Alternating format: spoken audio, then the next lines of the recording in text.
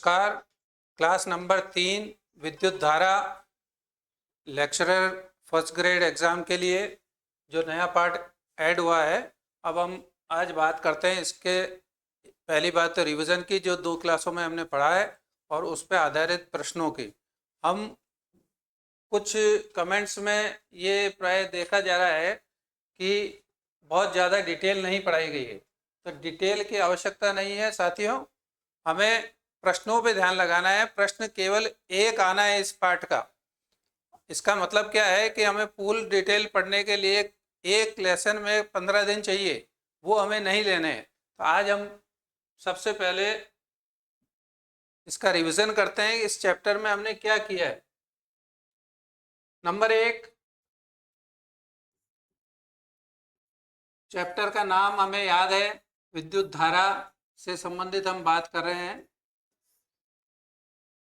विद्युत धारा क्या है, कैसे बनी है, ये सब हम पूरी कविता में 2-2, 3-3 दोहों के मदद से हम सीख चुके हैं। हम डायरेक्ट लिखते हैं बिना कविता को याद किए। ई से क्यू। ई क्या था? इलेक्ट्रॉन, जिस पे प्रारंभिक आवेश, नेगेटिव आवेश, चार्ज जिसे बोला जाता है, जिसका मान हमें पता है 1.6 इंटू 10⁻⁹ ये होता है ऋणात्मक आवेश। इलेक्ट्रॉन पे किस प्रकार का आवेश है? माइनस ऋणात्मक आवेश। कितना मान है? -1.6 इंटू 10⁻⁻⁹। प्रत्येक वाक्य में एक प्रश्न है। अब क्यू क्या हुआ? यदि नंबर ऑफ इलेक्ट्रॉन्स बढ़ जाते हैं, जैसे 5 इलेक्ट्रॉन है तो 5 से गुणा करेंगे, n है तो n से, n क्या है? नंबर ऑफ इलेक्ट्रॉन्स, कुल आवेश।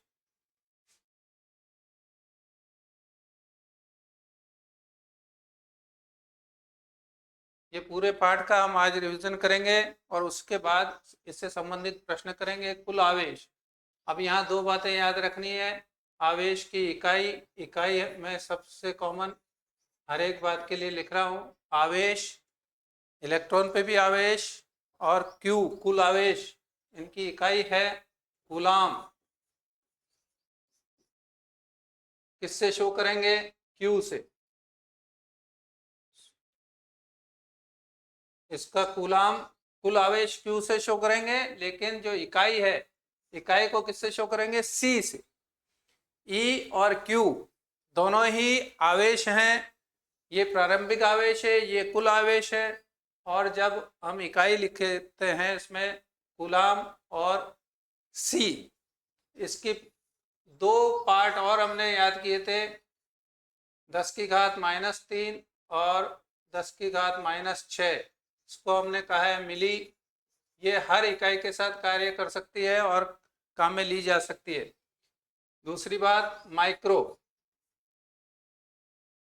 जब 10⁻⁻6 है तो ये माइक्रो कहलाएगी, 10⁻³ है तो ये मिली कहलाएगी। अब हमारे पास पाठ का नाम जो है, ये प्रारंभ होता है आई के द्वारा। आई है विद्युत धारा, जो क्यू आवेश, इकाई समय में जितना क्यू आवेश या इलेक्ट्रॉनों का जितना प्रवाह किसमें हो गया? टी समय में। इसका मतलब टी का जितना 5 सेकंड में, 10 सेकंड में, 20 सेकंड में, तो उतने ही समय का डिवीजन करने पर, भाग देने पर इकाई समय कहलाता है। इकाई समय मतलब 1 सेकंड में कितना आवेश उस परिपथ में, उस साधन से, उस इक्विपमेंट से प्रवाहित हो जाता है, उसे कहते हैं विद्युत धारा।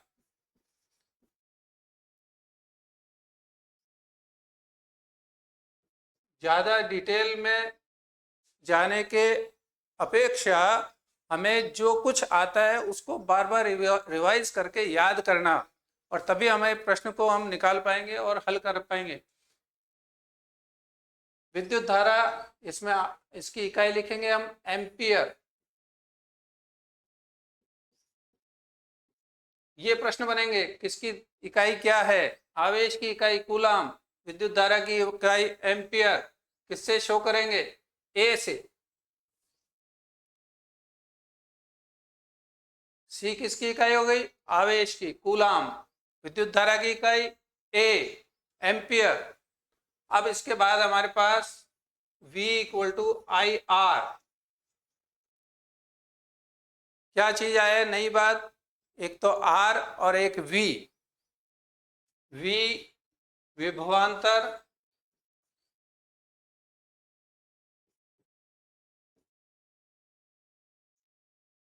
I धारा ऊपर व्यक्त की जा चुकी है, R प्रतिरोध।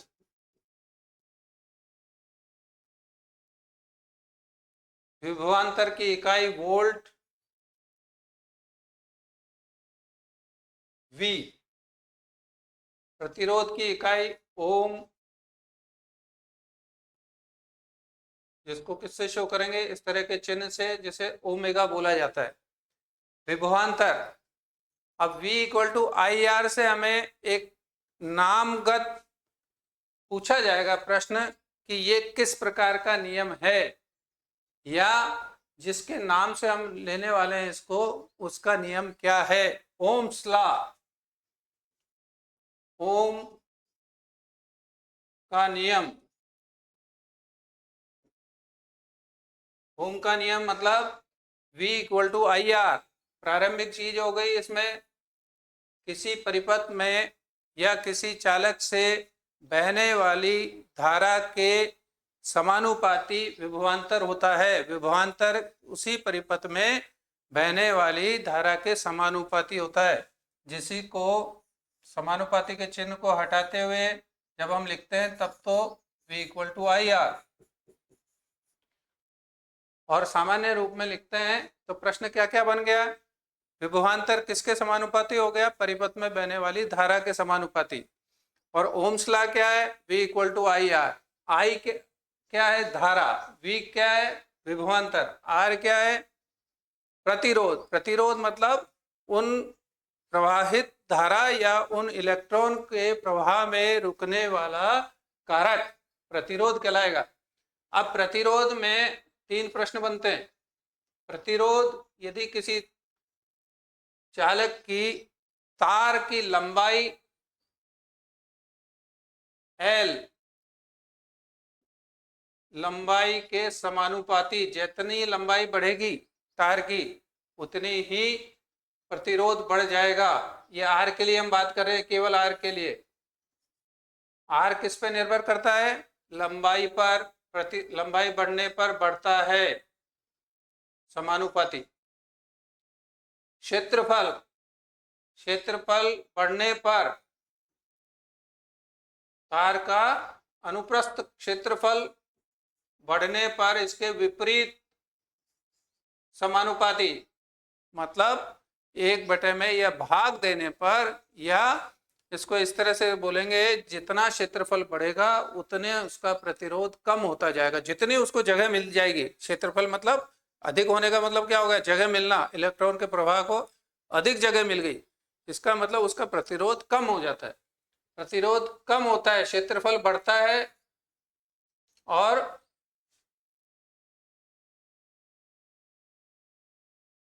क्षेत्रफल बढ़ना प्रतिरोध का कम होना, R कम। एक और विशेष बात होती है जिसको हम इस तरह के P जैसे अक्षर से, जिसको रो बोलते हैं। रो होती है प्रतिरोधकता।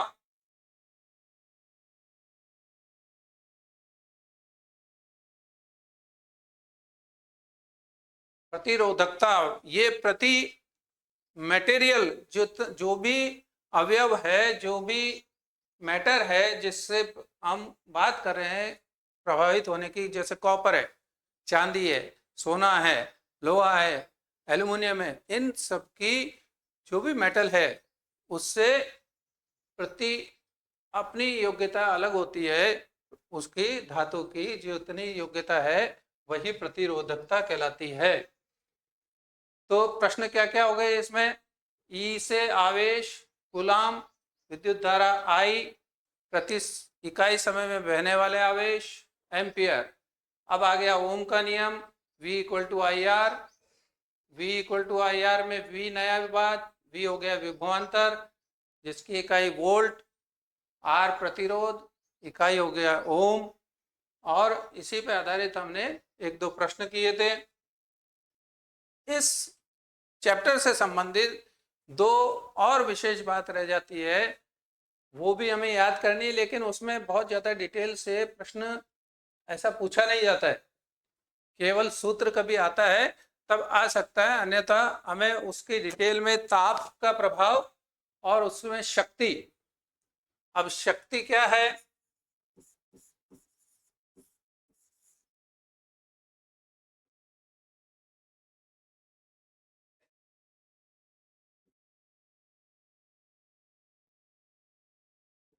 P इक्वल टू वी आई। कैसे क्या बना, V हमें जब पता है, V किसे बोला जाता है, I S. V equal to I R विभवांतर, और शक्ति, और एक और हम बात याद करेंगे, ऊर्जा जो होगी तापीय ऊर्जा।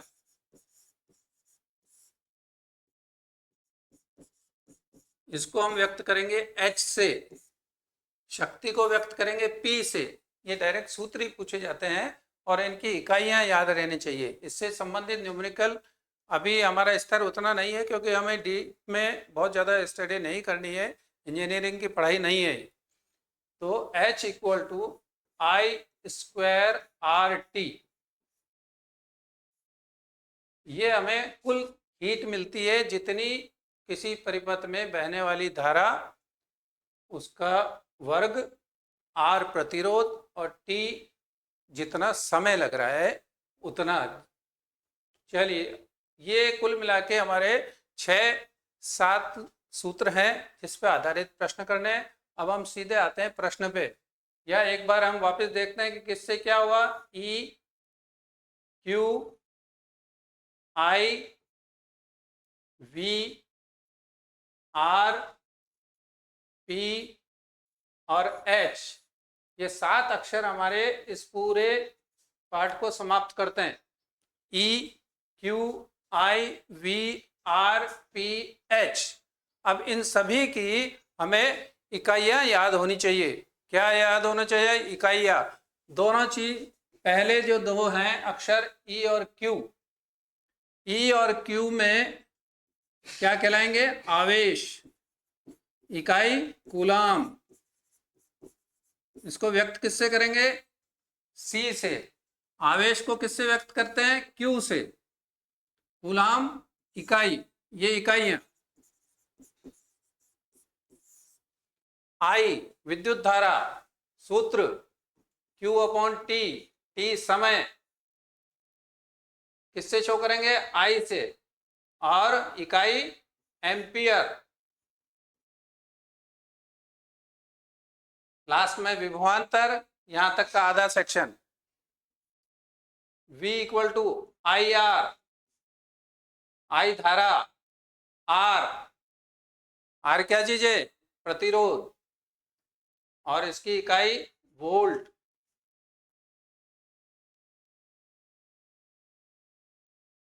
शो करेंगे V से, विभवांतर को भी V से। R प्रतिरोध, इसी के साथ हम याद करेंगे V equal to I are.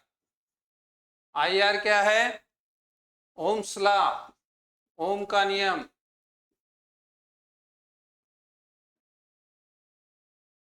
P, P हो गई शक्ति, equal to V I, P equal to V आई।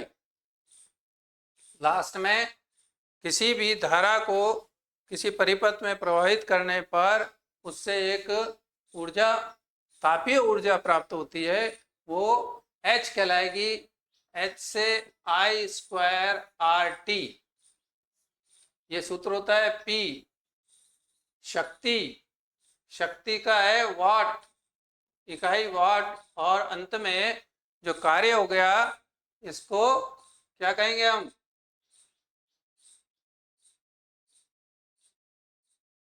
ऊर्जा। और ऊर्जा की इकाई सब हथों हाथ हमें याद करनी है, इसके जूल। कूलाम, एम्पियर, वोल्ट, ओम का नियम, वाट और जूल। इस प्रकार ये सारे सूत्र और सारे अक्षर, सारे शब्द इस पाठ में समाप्त होते हैं। एक मुख्य प्रश्न जो हम बाद में करने वाले हैं इसी क्रम में,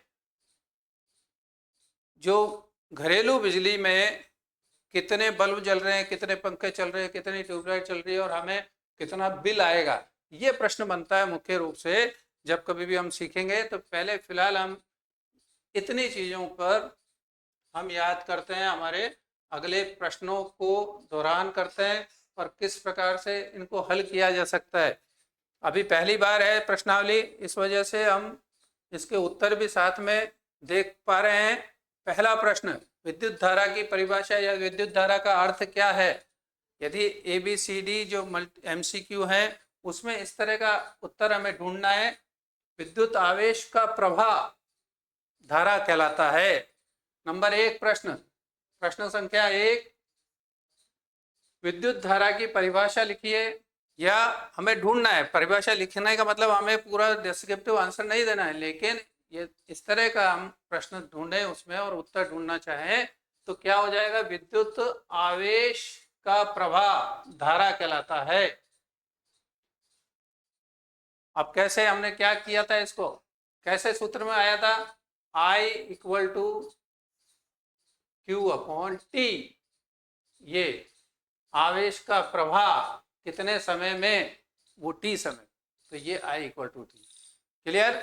चलिए नेक्स्ट क्वेश्चन, प्रश्न संख्या 2, यदि 30 कूलाम आवेश 10 सेकंड में बहता है तो कितनी धारा बहेगी, कितनी धारा होगी। ये Q, ये T दोनों स्पष्ट है। I = QT, किस तरह से आंसर देंगे हम, कितना आवेश है, 30 कूलाम। क्या अब कैसे सीखेंगे इसको, आवेश किसकी जगह रखना है, Q की जगह। दूसरी बात, T = 10 सेकेंड। अब स्पष्ट रूप से I = Q/T, Q 30 coulomb 10 second, तो 10 का भाग 30 में देने पर क्या आ जाएगा, 3। वापिस हमें दौरान करना है। ए क्या चीज है, एम्पियर, एम्पियर है यूनिट या इकाई विद्युत धारा की। नंबर 3,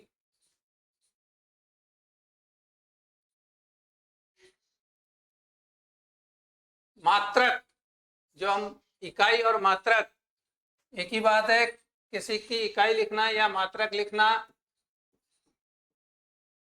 ये प्रश्न बनते जा रहे हैं। अब धारा का, विद्युत धारा का, धारा मतलब विद्युत धारा, यहाँ पर हम धारा का मतलब केवल विद्युत धारा से, क्योंकि चैप्टर हमारा विद्युत धारा का ही है, तो बार बार जब भी इस तरह के प्रश्नों में आएगा तो धारा का मात्रक मतलब विद्युत धारा का मात्रक। याद है हमें क्या लिखा हमने, एम्पियर, ए। चलिए ओम का नियम लिखिए या ढूंढिए या प्रश्न में खोजिए, निम्न में से कौन सा ओम का नियम है। याद है पिछली बार भी दौरान किया हमने, V = IR, V विभवांतर, धारा और प्रतिरोध, I, ये I और ये R, और ये हो गया V = IR। V = IR क्या हो गया, ओम का नियम। प्रश्न संख्या 5, इस तरह के प्रश्नों से हम हमारे सारे विषय वस्तु को दोहरान करेंगे और इसको नोट भी करेंगे। इससे हटके बहुत कम ऐसी स्थितियां होगी जिनमें प्रश्न आएंगे, अन्यथा हमें इन्हीं पर बार बार जोर देना है, बार बार याद करना है, रिवाइज करना है। एक बार अंत में फिर मैं दोहरान करवाऊंगा इसका। प्रश्न संख्या 6, प्रश्न संख्या 5 पहले करते हैं। यदि V = 9V है, मतलब विभवांतर है, ये क्या है, विभवांतर। I 3A लिखा है, 3A से समझना है हमें, A एम्पियर, V ये तो है V विभवांतर का, और ये V है वोल्ट का, 9 वोल्ट, और I = 3A एम्पियर। क्या ज्ञात करना है इसमें, क्या मालूम क्या करना है, तो प्रतिरोध कितना होगा। प्रतिरोध कैसे मालूम करेंगे, V equal to I R. प्रतिरोध आता किस में, ओम के नियम में। ओम का नियम क्या है, V equal to I R. जब हमें किन्हीं 3 अक्षरों से बनाए हुए सूत्र में कोई 2 प्राप्त है तो उस 3 को अलग से आइसोलेट करिए, अलग से रखिए और उससे हमारा वांछित सूत्र बना लीजिए कि क्या हम R को ज्ञात कर सकते हैं V और I से। यस, V में I का भाग देते हैं तो हमें ये प्राप्त होता है R equal to V upon I, 9 volt 3 ampere और 3 के आगे एक चिन्ह लगाए इस तरह का, ओमेगा जैसे बोलते हैं ओम, 3 ओम। प्रश्न संख्या 6, हमने जब प्रतिरोध के बारे में पढ़ा था तो प्रतिरोध को 2 प्रकार से जोड़ा जा सकता है श्रेणी क्रम में, R1, R2, R3। यदि 3 प्रतिरोध लगातार एक ही रूप में आगे से आगे तार से जुड़ा हुआ है तब हमें क्या कहा जाता है कि ये तीनों प्रतिरोध R1, R2, R3 ये श्रेणी क्रम में, सीरीज में। तब हमें किस तरह से उत्तर निकालना होता है कि जितने भी प्रतिरोध R1, R2, R3, R4 जितने भी दिए हैं सबको यदि श्रेणी क्रम में है तो सबको डायरेक्टली जोड़िए, सीधे जोड़। अब कविता का यदि दोहा याद हो तुम्हें तो क्या था उसमें कि प्रतिरोध, अब आया संयोजन प्रतिरोध का, श्रेणी या समांतर। श्रेणी या समांतर का मतलब श्रेणी में सीधे जोड़, समांतर में बटे जोड़, बटे मतलब 1 बटे करके। चलिए हम आगे उदाहरण देखेंगे इसका। फिलहाल इसका उत्तर निकालते हैं। 2, 3, 5 ओम, ये 2, ये +3 +4, तीनों को जोड़ देंगे 9 और वापस चिन्ह लगा देंगे इसका ओम का। प्रश्न संख्या 7, इसी का रूप हमने जब दोबारा देखा कि यदि कोई परिपथ है जिसमें 2 प्रतिरोध इस प्रकार जुड़े हैं कि दोनों के अंतिम सिरे एक साथ जुड़ने पर यह कहलाता है समांतर। ये प्रतिरोध है R1, R2 और यदि इन दोनों को जोड़ना है और कुल प्रतिरोध, तुल्य प्रतिरोध ज्ञात करना है तब हमें क्या कहा जाता है, बटे जोड़। बटे का मतलब क्या है, 1/R1 प्लस 1/R2, मतलब जो उत्तर आना है वो 1/R का आना है, तुल्य प्रतिरोध का 1/6 और प्लस 1/3, दोनों का एलसीएम लिया जाएगा 6, 1 + 2, 3/6 बराबर 1/2। उत्तर 1/2 नहीं देना है, क्यों, क्योंकि ये उत्तर 1/R का आता है और यहाँ पर कुल मिला के R जो तुल्य प्रतिरोध है वो 2। तो इस प्रकार हमने एक प्रश्नावली 1 से लेकर 7 प्रश्नों तक की है जिसमें सामान्य से उदाहरण लिए। अभी हमने कुछ कठिन प्रश्नों की हम एक क्वेश्चन पेपर बनाएंगे जब थोड़ा सा एक्सपर्ट हो जाएंगे इसमें कि हमें क्या सीखा और कैसे हम उत्तर निकाल सकते हैं। फिलहाल हम थोड़ा सा मनोबल बढ़ाने के लिए हमारे पास ये सामान्य से प्रश्न हैं। अब हमें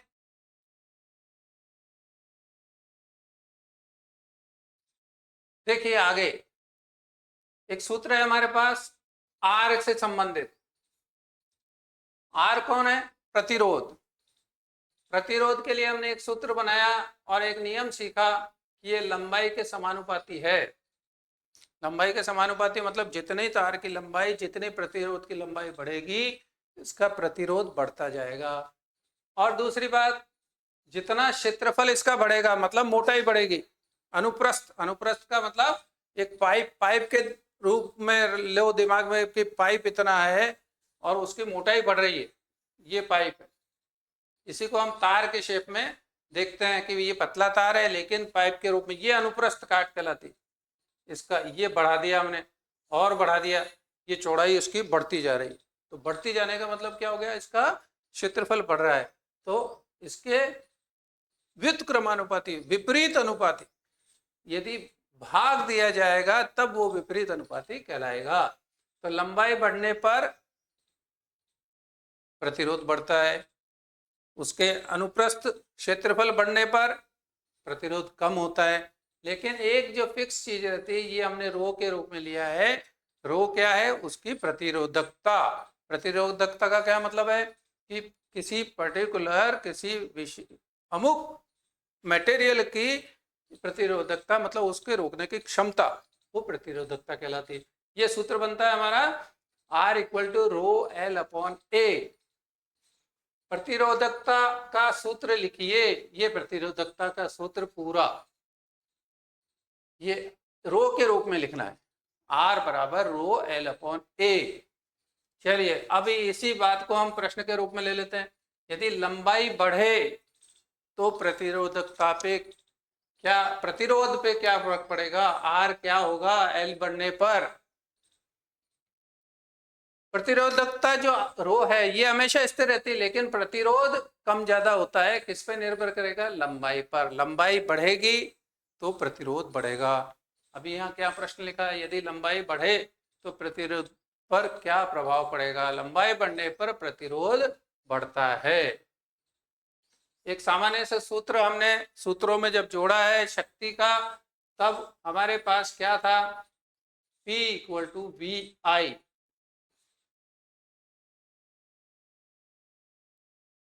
किसका सूत्र है? विद्युत शक्ति का सूत्र लिखिए। विद्युत शक्ति का सूत्र P इक्वल टू वी आई।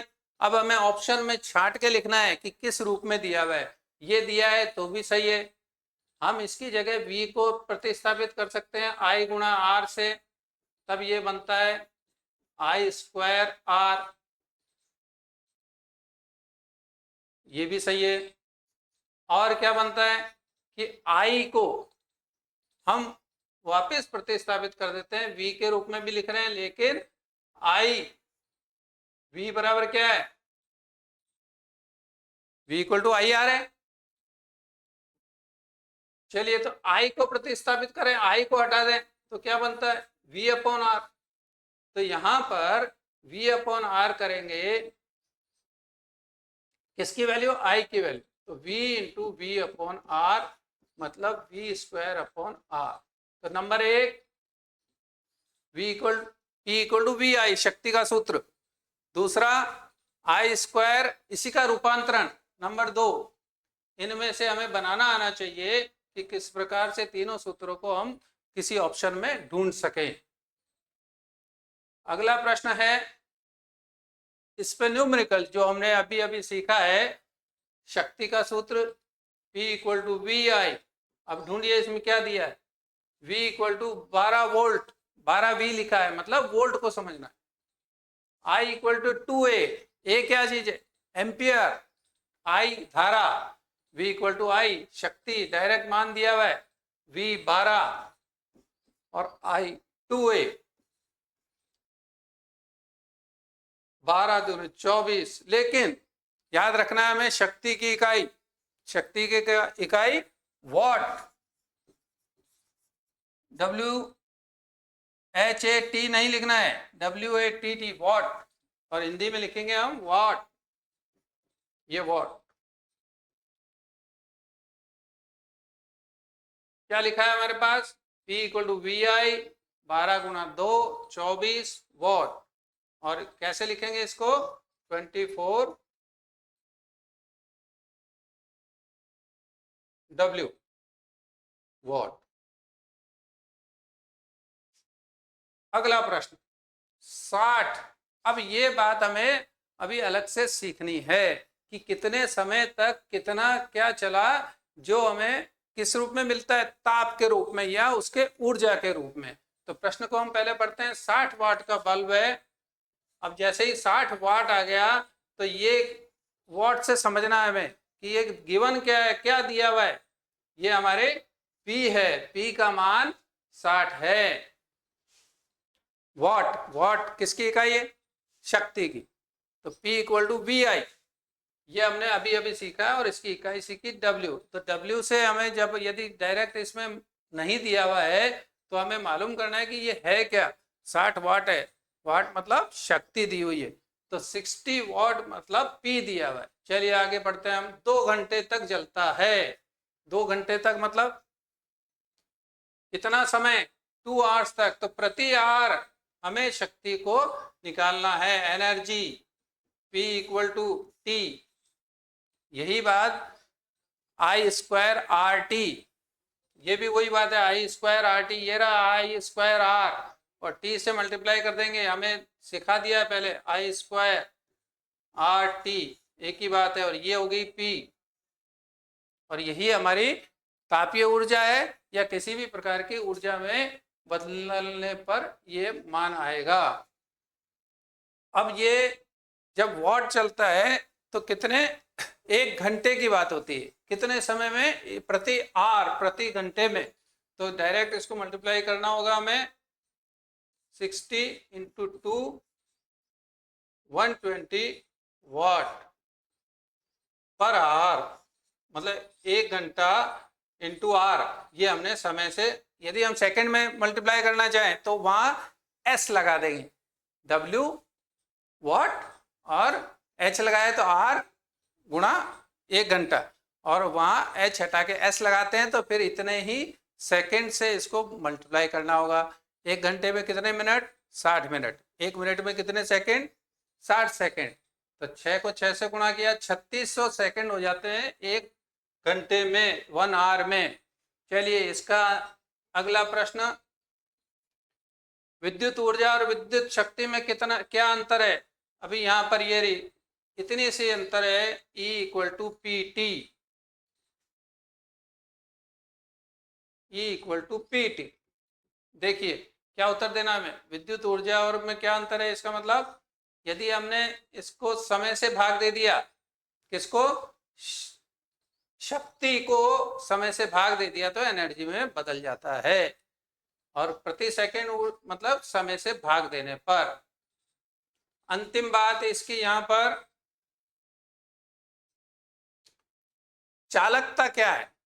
तो जो प्रतिरोध है, काला लिखा हुआ है, तो उसका उल्टी बात क्या हुई, गोरा है? बैठना, उठना, तो ये विलोम शब्द हो गए। चालकता प्रतिरोधकता का उल्टा शब्द, तो प्रतिरोध क्या था, आर, तो चालकता क्या हो गया, इसका उल्टा। 1 बटे में यदि हम आर लिखते हैं तो ये चालकता कहलाती है, कि कितना उसमें इलेक्ट्रॉन के प्रवाह की क्षमता है।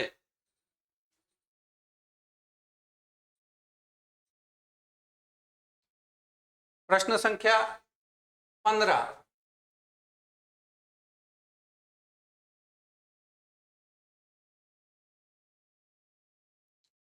धारा की दिशा किससे किस और मानी जाती है। ये हमने शुरू शुरू में बात कर ली थी, कि जब कभी भी बैटरी जो लिखी हुई है या सेल बनाया हुआ है, जो बड़ा भाग है, बड़ी लाइन है, वो प्लस की है, और छोटी लाइन माइनस की है। तो दोनों दिशा अभी याद करते हैं हम, जब माइनस से प्लस की और इधर घूम के वापस इधर जाएंगे, तब तो कहलाएगी इलेक्ट्रॉन की दिशा। इलेक्ट्रॉन की दिशा ऋणात्मक से धनात्मक की ओर, माइनस से प्लस की ओर। लेकिन जब धारा की बात करते हैं तो धारा इलेक्ट्रॉन के विपरीत दिशा में होता है। ये इस दिशा में, धनात्मक से ऋणात्मक दिशा में, ये होती है धारा की दिशा। इलेक्ट्रॉन की दिशा ऋणात्मक से धनात्मक की ओर, माइनस से प्लस की ओर, प्लस से माइनस की ओर धारा की दिशा। अब एक इस तरह का प्रश्न पूछा जाता है, एसी और डीसी धारा में अंतर बताइए। तो केवल इसका उत्तर हमें याद करके ही सीखना है, कि धारा एसी में अल्टरनेट करंट बदलती जाती है दिशा को, और डीसी में एक ही धारा रहती है, जो हम अभी फिलहाल पढ़ रहे हैं डीसी के रूप में पढ़ रहे हैं। विद्युत परिपथ के लिए आवश्यक चीजें, सामान्य रूप से एक तार, एक विद्युत धारा के लिए सेल, वोल्टेज, और बैटरी, जो भी हम इसको अधिक मात्रा में बोलते हैं सेल को, तो बैटरी, और तार ये तार, स्विच, ये की और बल्ब, जो भी हमें इक्विपमेंट लगाना है, ये परिपथ के लिए आवश्यक चीजें होती है। चलिए, ये और बात हमें लिखनी है कि फ्यूज का क्या कार्य होता है। जब अधिक धारा प्रभावित हो जाती है तो आए दिन हमारा फ्यूज, यदि लाइट चली गई घर की तो हमें चेक करना होता है कि फ्यूज उड़ गया, मतलब अधिक यदि धारा कहीं प्रभावित हो गई है तो कम गलनांक वाले जो तार होते हैं, इसका स्पष्ट उदाहरण नाइक्रोम।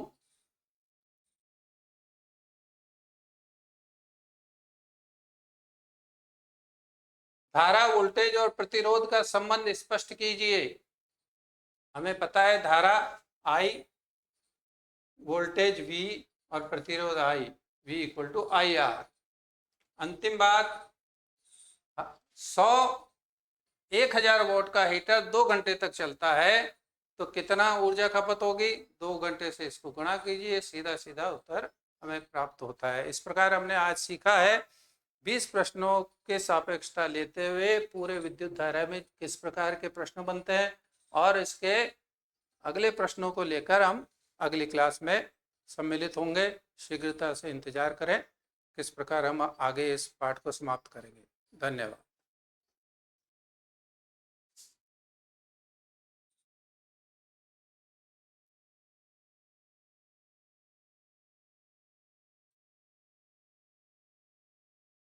करो सर बंद।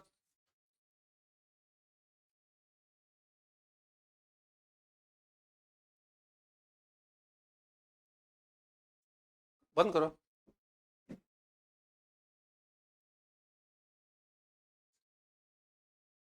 बंद हुई कि नहीं है क्या? ये हो गया, हो गया है, नहीं हुआ, अभी तक चल रहा है।